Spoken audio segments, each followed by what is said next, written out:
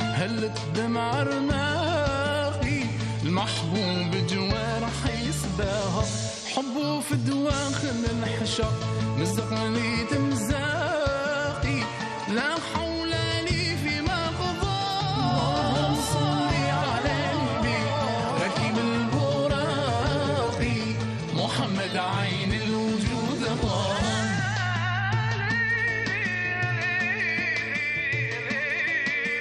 حب الماحي سيد البشر في قلبي رصان حبته ضي هلالي طلعت البدر ربي أمرنا بطاعته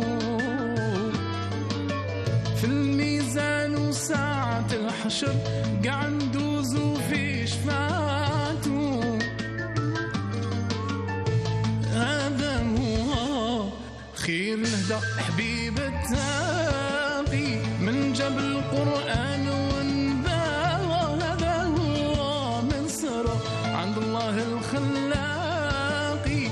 وأحمد جنود من سماها وأعطاه الحوض والوقت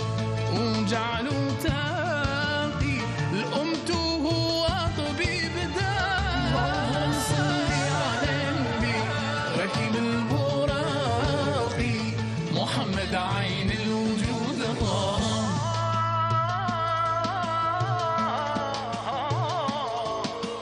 لولاه ما كانت الكوان من تدبير عالم الغيوب لا كرسي لا لوحة لا بيان لا قرآن نزل في الكتب لا سما لا أرض لا ميزان لقحت بيها ساير العشوب صلى الله عليه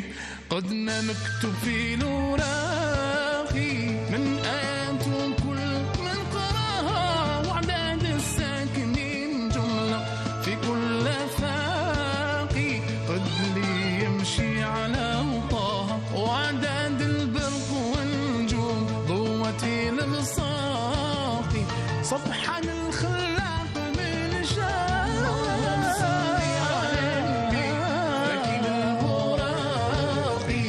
محمد عين الوجود طه اللهم صل على النبي ركب البراقي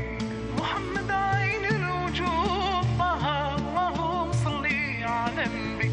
ركب البراقي محمد عين الوجود طه. استمعنا مع بعض لأنشودة راكب البراق والآن وصلنا إلى فقرة ضيف الصباح لنستقبل أول ضيف لنا بعد هذا الفاصل.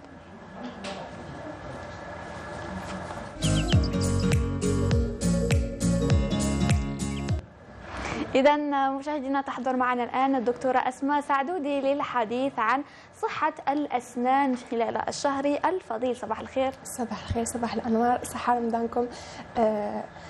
رمضانكم مبارك.